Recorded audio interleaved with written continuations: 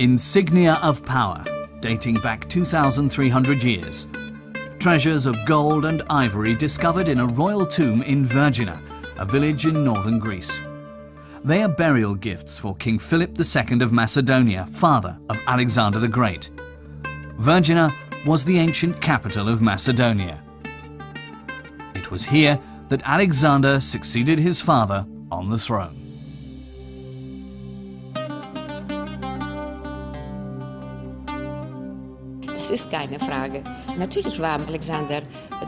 There's no question about it.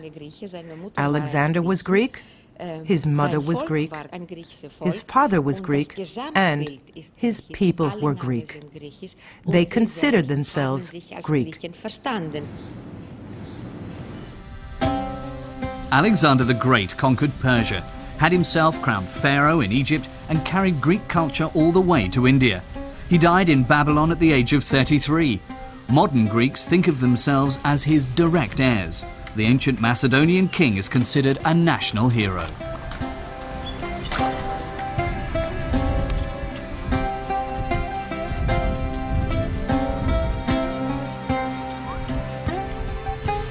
In Thessaloniki, about an hour's drive from the excavations in Vergina, there is a monument dedicated to Alexander. Thessaloniki was named after Alexander's half-sister. Today, it's the most important city in northern Greece. The identities of Greece and Thessaloniki have not changed much. We have maintained the same identity since before Christ.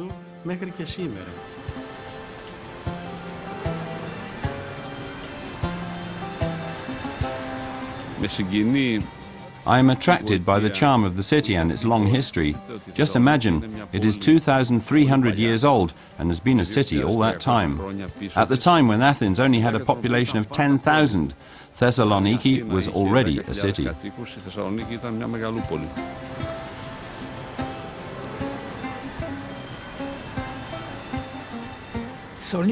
As you know, Thessaloniki really started to flourish after the Middle Ages thanks to the Jewish population.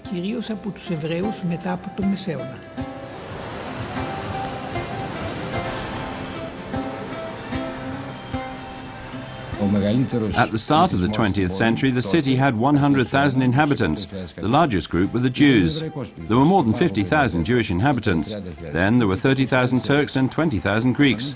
Thessaloniki was not a Greek city, it was really a multi-ethnic city.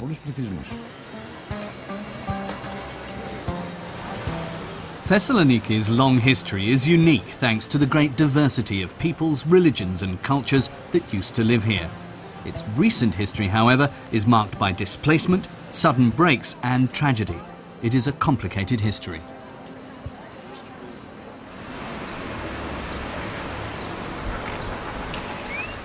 Thessaloniki had been an economic centre since antiquity, and in the late Roman period it was the seat of Emperor Galerius.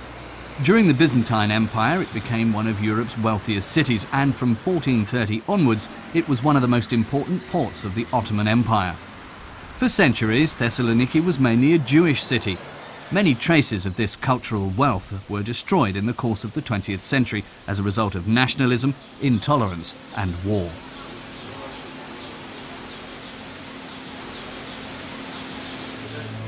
Greek troops conquered the city during the First Balkan War in 1912, and overnight Greece doubled its territory.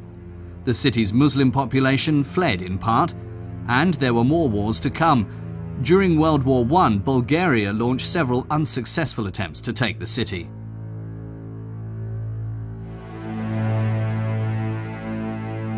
With Allied support, Greek politicians harboured dreams of reviving the Byzantine Empire, stretching far into Asia Minor, where Greeks used to live since antiquity.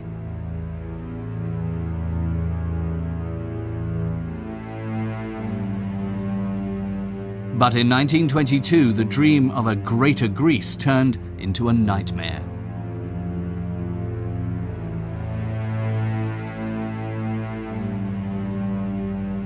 The Greek-Turkish War broke out and ended in a great defeat for the Greek side.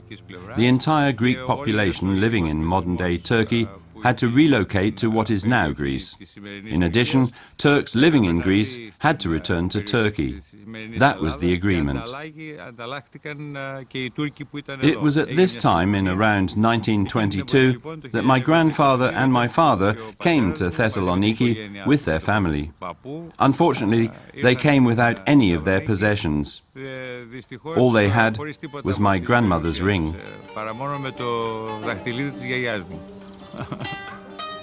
More than 1 million Greeks fled their homes in Turkey. In 1923, Greece and Turkey signed the Treaty of Lausanne and agreed on a massive exchange of populations. Another 190,000 Greeks had to leave Turkey and 360,000 Turks were forced to leave Greece. The underlying idea of the treaty was to turn multi-ethnic regions into ethnically pure nation-states. What really characterized my father was that he never said a bad word about the Turks. Even when the younger ones amongst us mourned the loss of our house that had been destroyed, my father never said anything bad about them. Nikos Eftimiadis' father was one of 100,000 displaced Greeks who settled in Thessaloniki. He worked on the docks, and on the side he built up his own company. When his son took over, he expanded the business.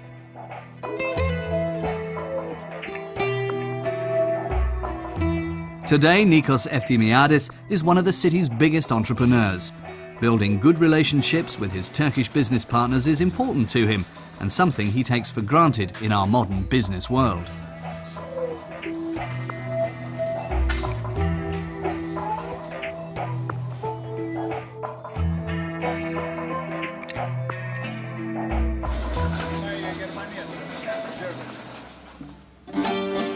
Rembetiko is the music of Thessaloniki. It is also known as Greek blues. It has many roots, but the arrival of Greek refugees from Asia Minor gave it a real boost. Most Rembetiko songs are about broken hearts and lost homes.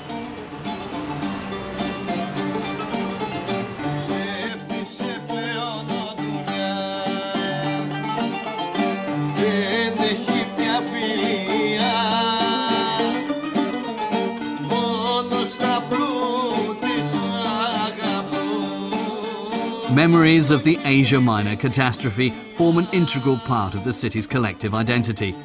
Almost half of Thessaloniki's 1 million inhabitants are descendants of refugees. For many, the Treaty of Lausanne is remembered as the hour of birth of the Greek nation-state. The arrival of several thousand refugees in 1923 changed the city's multi-ethnic character overnight. For the first time since the Middle Ages, Thessaloniki became a predominantly Greek city.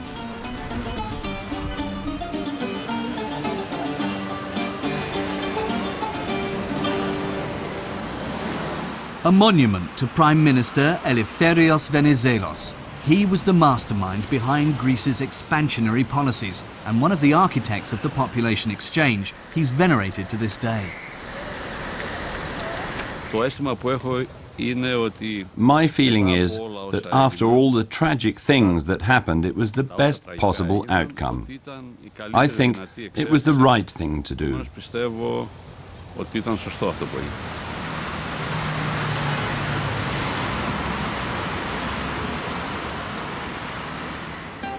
Venizelos' opponent was born here. Mustafa Kemal, also known as Ataturk, was the general who inflicted a humiliating defeat on the Greek army in Asia Minor. He's the founder of the modern Turkish Republic. He hails from an upper-class Turkish family in Thessaloniki.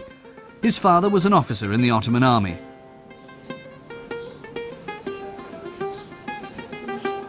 Mustafa Kemal supported the population exchange, even if it meant that all Turkish Muslims had to leave Thessaloniki. 500 years of Turkish culture came to an abrupt end. Thessaloniki has still some Ottoman monuments, but these monuments naturally were just a trickle of what it was about 100 years ago. The rotunda was once a church, then a mosque, and now a museum. It still features the city's only surviving minaret. All others were destroyed as symbols of a foreign culture. Only a few of the more than 30 mosques remain. Like the city's Turkish baths, they either stand empty or are used as cultural venues. There are also some couple of other efforts to be made to better appreciate this heritage, to get to know better the history, because this history is common history. This history is not only history of Turkey, which remained in Thessaloniki, but this history is a common history of Greeks and Turks.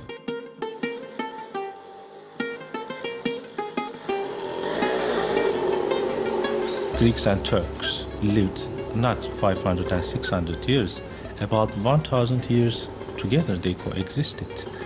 So separation for simple people, it was a big trauma. Was it good or bad? I cannot judge. But I think at that time, after the wars, probably it seemed inevitable. The Treaty of Lausanne did not put an end to the enmity between Greece and Turkey. It allowed more than 100,000 Greeks to remain in Istanbul as pawns for later conflicts. When the crisis over Cyprus escalated in the 1950s, they too fell victim to nationalist tensions. In his film A Touch of Spice, Thasos Boulmetis tells the story of the tragic end of Greeks living in Istanbul from the perspective of a childhood friendship that is suddenly pulled apart. It's also the story of his own family. The Turks expelled us as Greeks, and the Greeks received us as Turks. This contradictory experience, how Greeks were forced to leave Istanbul, and the way they were welcomed by the new society is, I think, the conflict every migrant struggles with. You have 7 days left. Then we will pick you up. You can take only your clothes and personal belongings. You will have to decide by which means of transport you want to leave the country, and we will escort you there.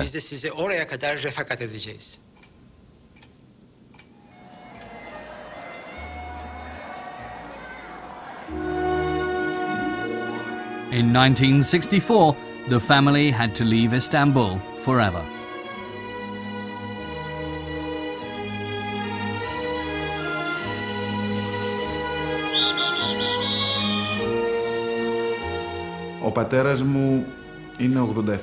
My father is 87. When he was 43, an institution, the Turkish state, showed up and told him, "Your property is no longer yours. Everything you have worked for is ours. Take your family and your things. You have 1 week to get out." My father's never come to terms with this separation.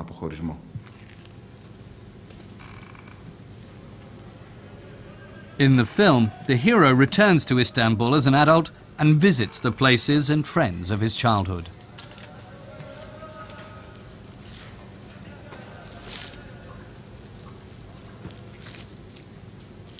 It's a shame that you left.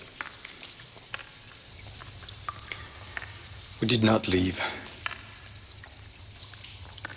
We were deported.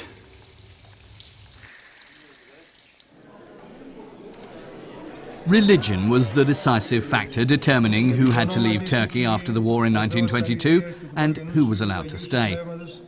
Everybody belonging to the Greek Orthodox faith was considered Greek. To this day, religion is a key aspect of national identity, and the baptism of a child is an important moment for Greek families. It's tradition. This is what our parents taught us, and this is how we're going to keep it.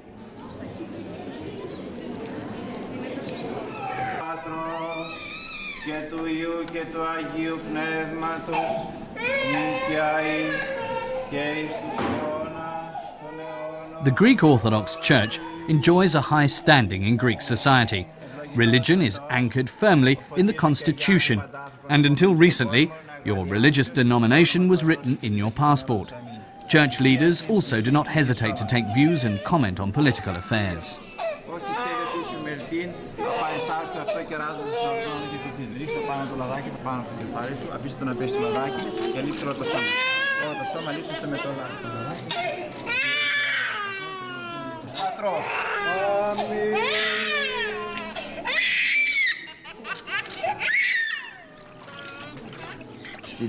In Greece, the national consciousness is closely intertwined with our Christian faith, embodied in the church.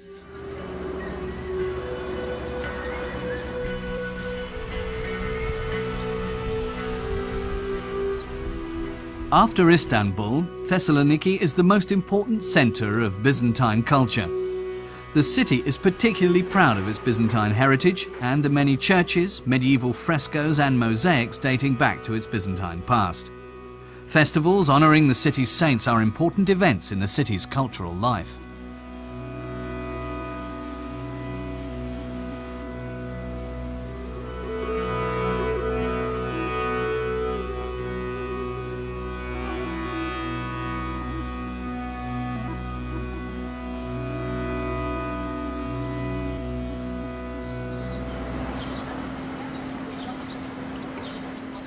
But Thessaloniki's architecture also tells another history.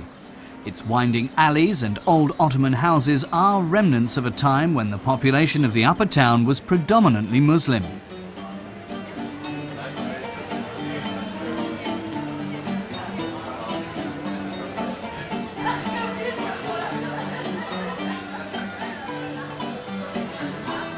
Even in Ottoman Thessaloniki, Muslims were only a minority. The downtown area, close to the city's port, was primarily inhabited by Sephardic Jews. They'd been expelled by Catholic Spain at the end of the 15th century. The Ottoman Empire received them with open arms.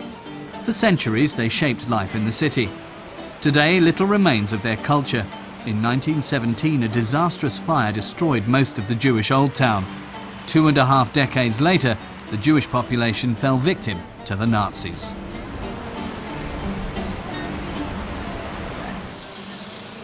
Heinz Kounio is visiting his son, the third generation to run the family business.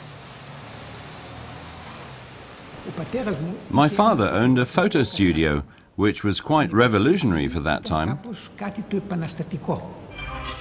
Thessaloniki is in German hands. This important port has been conquered by our troops.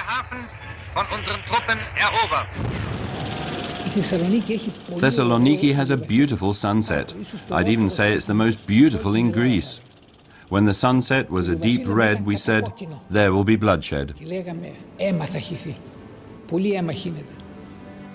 1943, more than 40,000 Jews were deported within a few weeks, 1/5 of the city's total population. Heinz Kounio, a teenager at the time, and his family were amongst the first to be deported. They took us and put us on the first train. They used these typical carriages that one uses for animal transports. The family survived the first selection in Auschwitz-Birkenau. The mother, a German speaker from Bohemia, had taught the children German. They asked us who spoke German. They couldn't make themselves understood. They gave orders, but nobody knew what they were saying. All 4 of us stepped to the front, father, mother, son and daughter. Do you speak Greek? Yes, we do. So we were told to translate everything they said. That was our good fortune.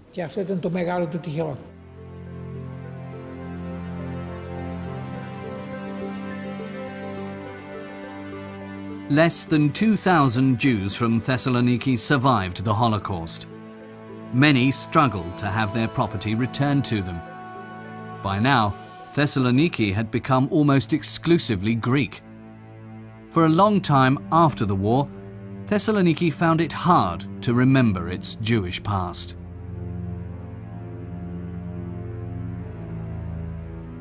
That's what happened to us in Thessaloniki. We lost 40 years of the history of our community because people did not want to talk. They didn't want to talk because they all bore the number of the concentration camps.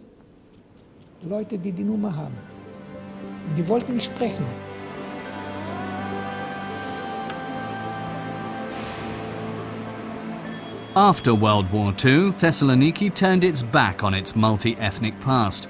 It was no longer the metropolis of the Balkans. During the Cold War, Thessaloniki was on the front line. Communist neighbours surrounded Greece, but it became part of the West.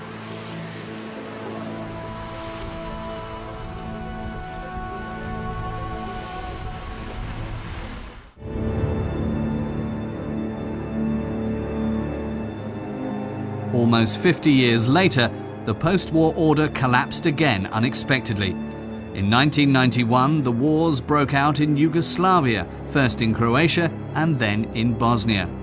New states were formed and new borders were drawn.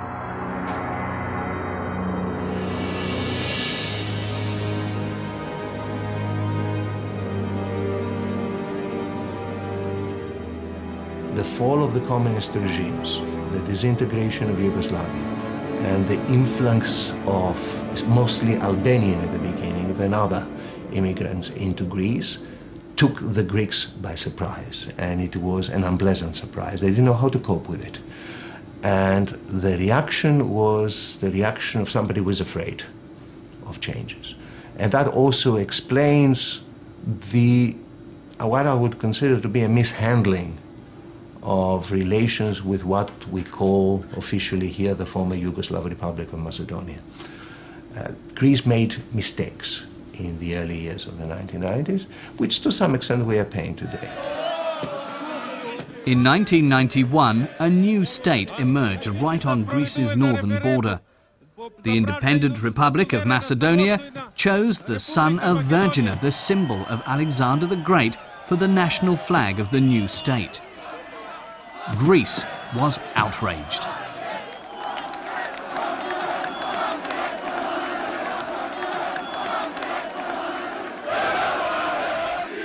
The behaviour of Greece's northern neighbour was interpreted as an attack on Greek identity. In addition, there was fear that the borders drawn after the First Balkan War in 1912 might be put into question. Thessaloniki became the site of mass demonstrations. More than 1 million people took to the streets.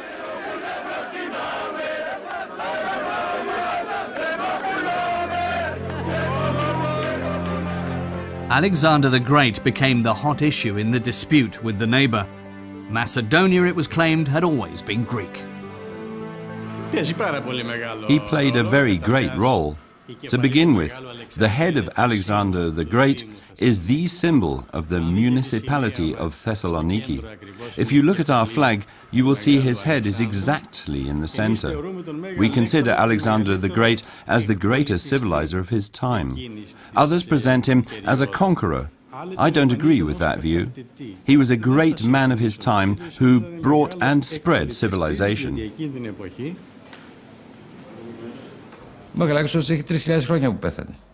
Alexander the Great has been dead for 3,000 years. He ruled for 15 years and created a big mess in his world. Sure, he spread Greek civilization, but Alexander the Great also married a Persian woman. And he made his soldiers marry foreign women too, because of his own cosmopolitan attitude. As a result of Greek pressure, the government in Skopje changed its national flag and accepted membership of the United Nations under the name the former Yugoslav Republic of Macedonia. But recently, when the new airport in Skopje was named Alexander the Great, it caused yet more protests in Thessaloniki. These ceremonies in honor of Alexander the Great are a phenomenon of the past 10-15 years. It's new. It's a sign that radical beliefs in something like racial purity exist. It's complete nonsense.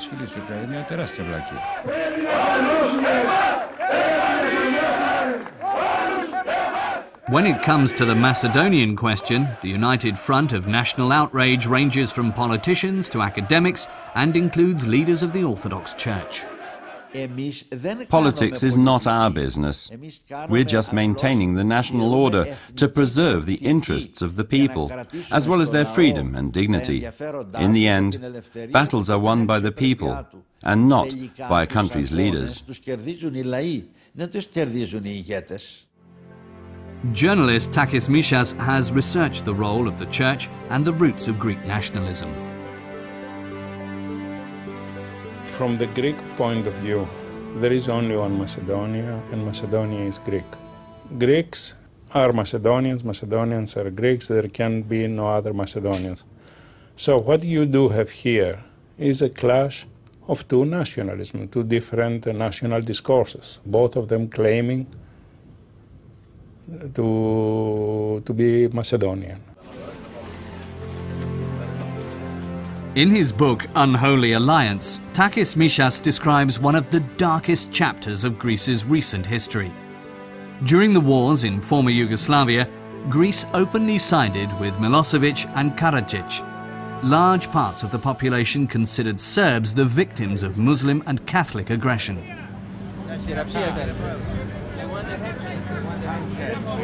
There was total and overwhelming support for Milosevic, his policies, and even more for Milosevic's henchmen in Bosnia, that is Karadzic and Mladic. The only country that Karadzic visited and held an open meeting was Greece. That was in the summer of '93. Karadzic came to a Greek football stadium, and all the Greek political elite was there. And that was the point where Karadzic stood up and said, with us we have only God and the Greeks. And then the whole stadium fell down applauding him. Even atrocities committed by Serb paramilitaries were justified. Bosnian Muslims were considered Turkey's henchmen, siding with Greece's arch-enemy. There were even Greek volunteers fighting in Srebrenica.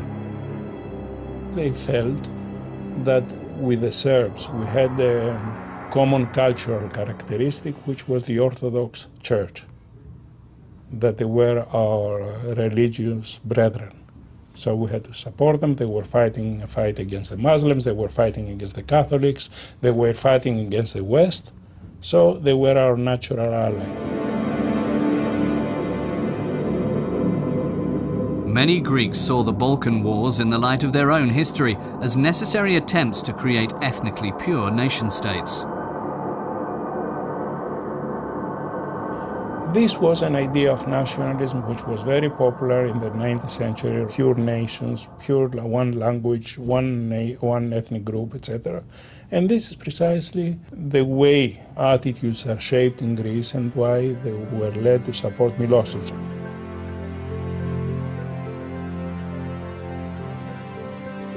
Greece's position met with little understanding in the rest of Europe. The country became increasingly isolated politically. In 1996, the conflict with Turkey reached new dangerous heights. Turkish naval divers occupied the Emir Islands, uninhabited rocks in the Aegean, which were also claimed by Greece. Both sides played hardball until there was a real threat of war. Greece's isolation was never so dangerous as it was during those days.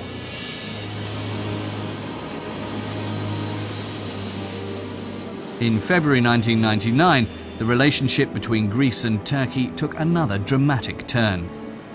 Turkish agents arrested Abdullah Öcalan, leader of the terrorist organization PKK and state enemy #1 in Turkey. He'd been hiding in the Greek embassy in Nairobi.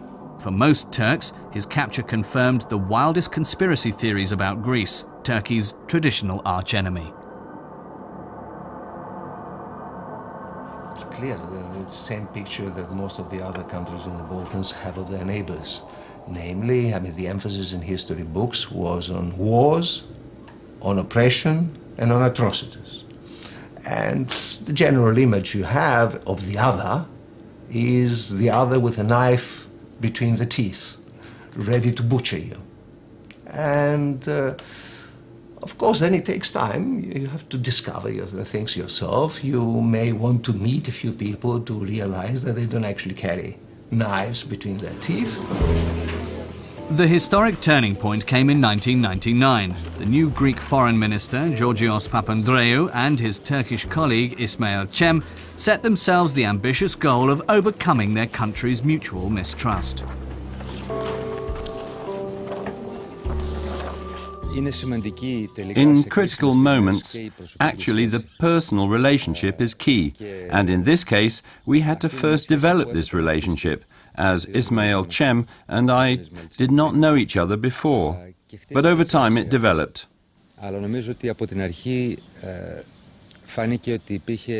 I think we were both willing to trust each other right from the start.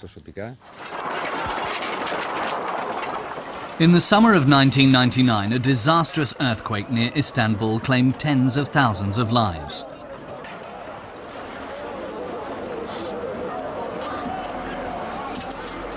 Greece was the first state to send help to Turkey.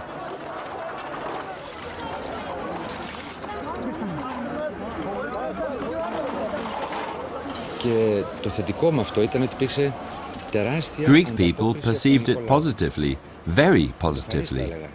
Immediately people donated blood, and there were many organizations that wanted to provide help.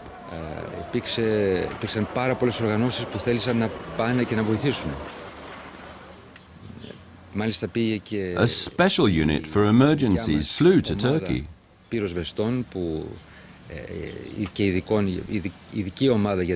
When they had succeeded in rescuing a child from beneath the rubble of a collapsed building, for all of us, that was very moving.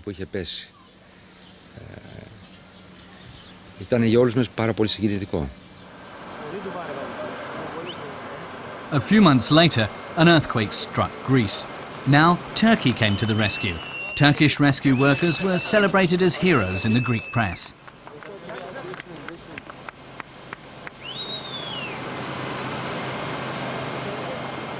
The two countries expressed their gratitude to each other.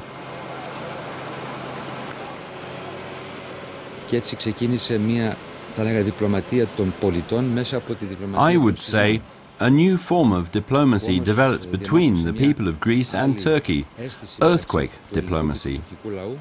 There was a new feeling about friendship and peace. It was a big change. You could even call it a revolution in Greek diplomacy. It shook everything up. It changed the way we thought about each other. It changed the way we saw the future. We believed we could become friends, neighbors, sharing a common vision, the European vision.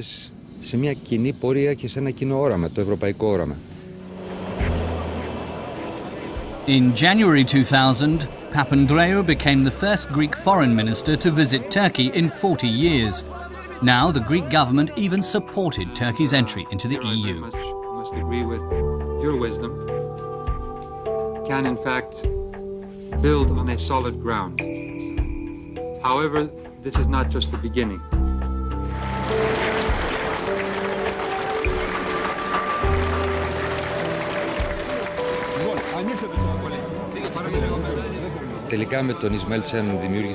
I finally had a very good and personal relationship with Ismail Cem. I was friends with him and his family. About 2 years ago, when he died, I took a branch of an olive tree from a tree we had planted together many years ago, and I brought it to his grave. The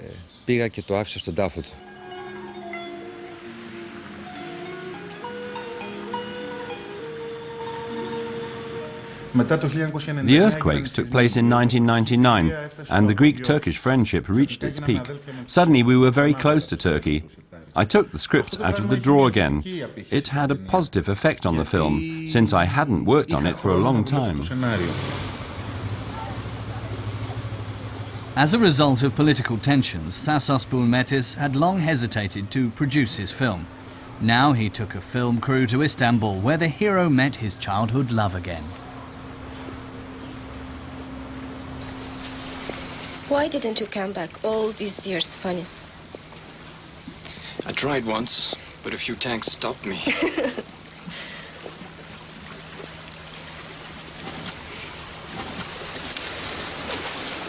I was afraid.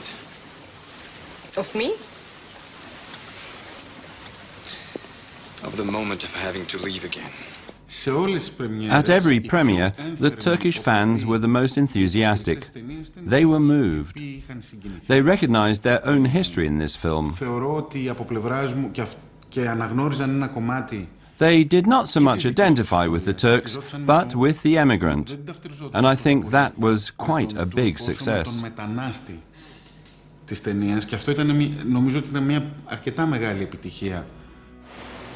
Since Roman times, the Via Egnatia has been the most important route connecting Rome and Istanbul. the Aegean and the Bosphorus. It cuts right through the centre of Thessaloniki.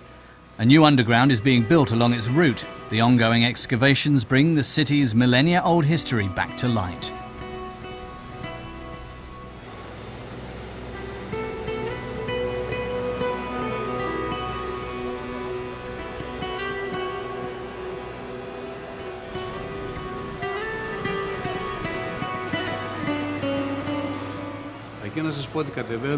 It is enough if I tell you that we dug 16 to 31 meters down into the ground to avoid the archaeological layer, which goes down 12 meters. Archaeologists will only have problems in those places where stations will be built. The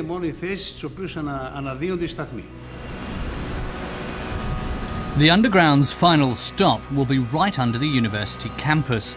It was here that the city's Jewish cemetery was located before it was destroyed in 1942 on orders of the city authorities. What bothers me personally is that nothing has been done so far to commemorate the great cemetery. It was once Europe's largest cemetery. It was a place where the entire history of Jewish life in this city could be seen.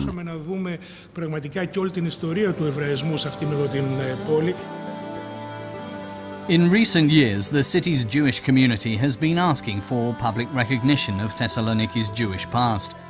For centuries, the city was known as the Mother of Israel. All the community wants is for the city's Jewish history to become part of public consciousness again.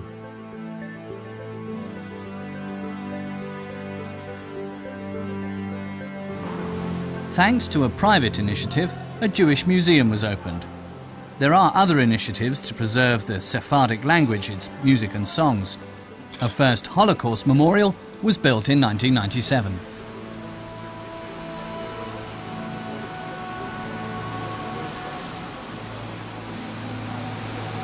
Τα τελευταία χρόνια έχουν γίνει πολλές προσπάθειες από την μεριά και της πολιτείας. In recent years, there have been a lot of efforts by the state, the municipality and the community to commemorate and draw attention to the contribution of Thessaloniki's Jewish community to the life of this city. Η συμμετοχή της εβραϊκής κοινότητας Θεσσαλονίκης στην ζωή αυτής της πόλης.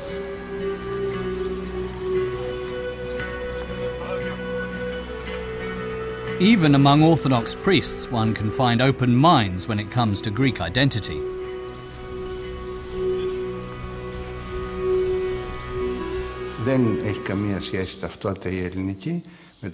Greek identity has nothing to do with whether you are an Orthodox Christian, a Catholic or a Jew. Because in Byzantium and among the Greeks, there have always been members of other faiths who also hold Greek nationality and who lived and fought for this nation's freedom.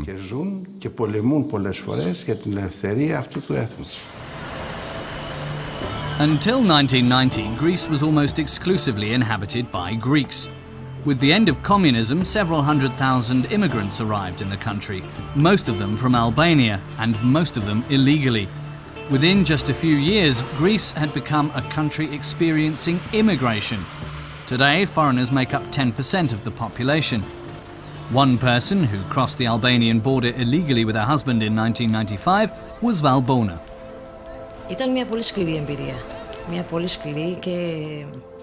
It was a very tough experience. There were ugly feelings. I knew I was doing something illegal, but all I wanted was a new start. That's why I wouldn't recommend anyone to do this. It is hard to deal with. Today, Valbona speaks Greek fluently and works for a non-governmental organization that helps street kids. In the beginning, we try to win the children's trust. It starts with a normal conversation. Do you want to know my name? What are you doing here? Is your family here? Do you have brothers or sisters? Conversations like this, to become friends in some way.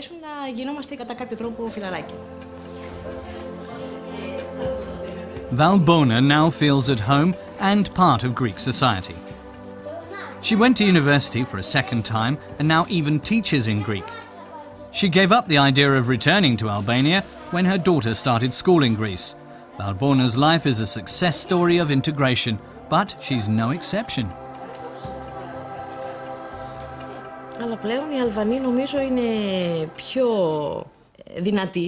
I think Albanians have become stronger because they've learned the language. So it's easier for them to communicate, to protect themselves and to show their good sides. They have found work, and most of them now have families here and live here legally and permanently.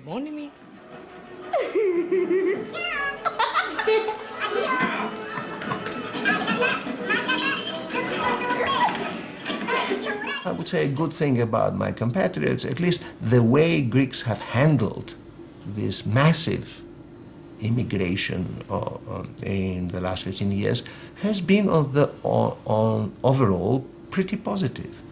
Greece does not have a big racist party. Racist and xenophobic reactions are very limited. So in general, Greeks have accepted immigrants, and many of them have become successfully integrated. I'm not saying it's perfect, but who is perfect?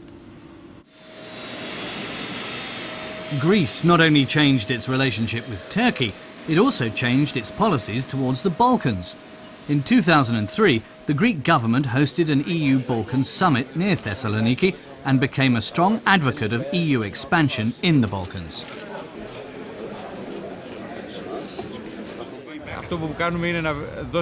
We make the governments in the region understand that they have to cooperate if they want to have a common future with strong growth.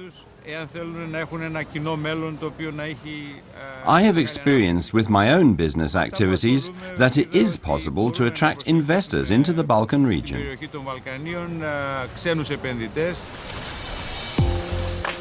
Once Greece opened up to its neighbours, it also abandoned its nationalist attitudes. The economy was the great winner. For the past 10 years, it's been growing more than 3% annually. Greece has never been richer. What happened is that Greek companies, Greek banks, have started buying firms or investing in the Balkan neighborhood. So Greek capital has become very substantially multinationalized, if I may use the term, and this is a development of the last 15 years. So those things have changed some of the fundamentals in the country, which lead me to, perhaps if I put it in summary form, the Greeks have more self-confidence than they had before. Greece has been a member of the EU since 1981. For entrepreneurs like Nikos Efthymiadis, Greece is a role model for its neighbours, and Thessaloniki plays a special role. There are many things missing in the Balkans. All the things that already exist in Europe still need to be put in place. For this to happen, there needs to be cooperation and agreement between the countries. Thessaloniki is a pioneer in this field, as it already has all the infrastructure and is now in a position to make use of it regionally.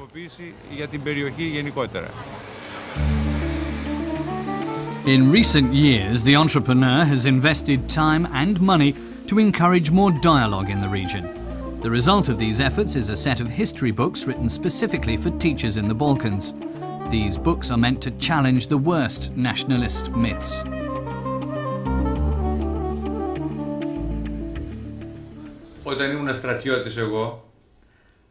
When I was a soldier, I learned that a good Turk is a dead Turk. That is wrong, and I don't want my children to learn this. They should learn that a good Turk is a Turk they have to live with.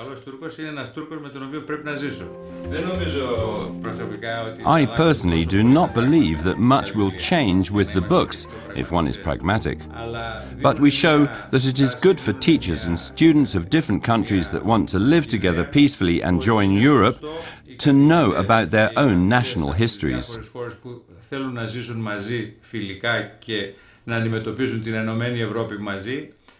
But they should try, as much as it is possible, to base their views on proven facts and not on things that have little to do with reality.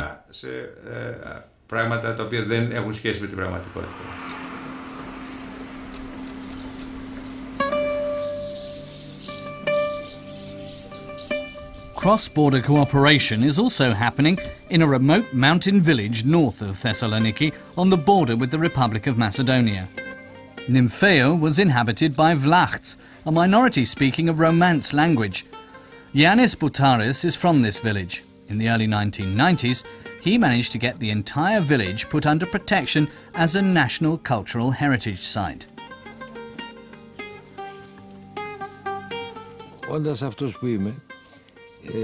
That's the way I am. I saw that this village, like many other mountain villages in Greece, was being abandoned and only visited during summer. I wanted to live here in winter too. I like winter, and it is very pretty in the village here. I wanted to help. So I built hotels and founded Arcturos. Now there are more than 100 inhabitants living in the village permanently. Young people, not just old folks. The old people only come here to be buried.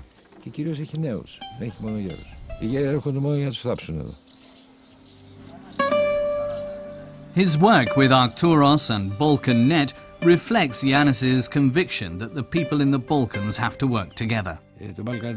We founded Balkan Net. Balkan Net is a network of organizations in Albania, Skopje, Bulgaria, as well as Turkey and Romania. Its goal is to end the tradition of dancing bears and to promote regional development and the possible foundation of more centers like this one in other countries. Arcturos is much more than a shelter for dancing bears. With special education and outreach programs, it wants to protect wild bears and strengthen the public's interest in the region's wildlife. The bears in Nympheo are the greatest beneficiaries of regional cooperation.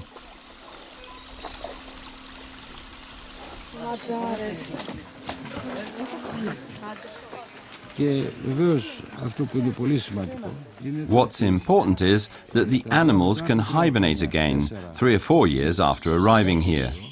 They learn how to live normal lives again. Usually they don't hibernate in captivity. They are forced to dance all the year round. Here they can lead a natural life. That's the best we can do. Halkidiki is the highlight in the area around Thessaloniki. Sunny Resort is located on the first finger of the Halkidiki Peninsula. Even this holiday resort has a refugee background. The Andriades family is originally from modern-day Turkey. In the 1960s they bought a strip of beachland and over the years turned an uninhabited swamp into a luxury resort.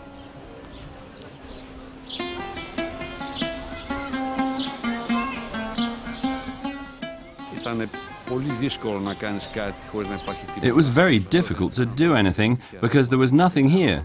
No roads, no electricity, no water. But we had an incredible optimism that everything would go well. We continued even when we did not know for sure that we were going the right way. Today, Greek tourism is booming. The guests in Sunny Resort come from all over Europe, including other Balkan states. The summer highlight is an international jazz festival.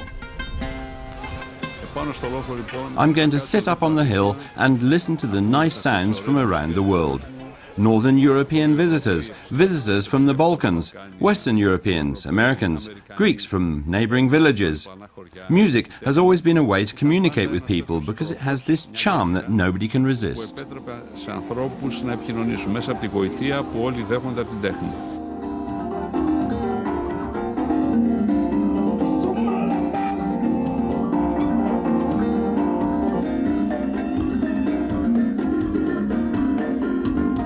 The many small but important steps that led to Greece's opening continue to change Greece.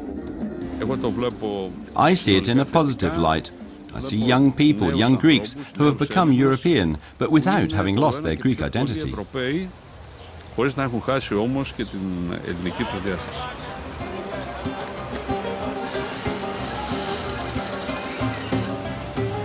One of the important things that have changed in the last perhaps 20 or so years is that the Greeks feel more and more as a subject of European diplomacy rather than an object. And this changes collective self-confidence.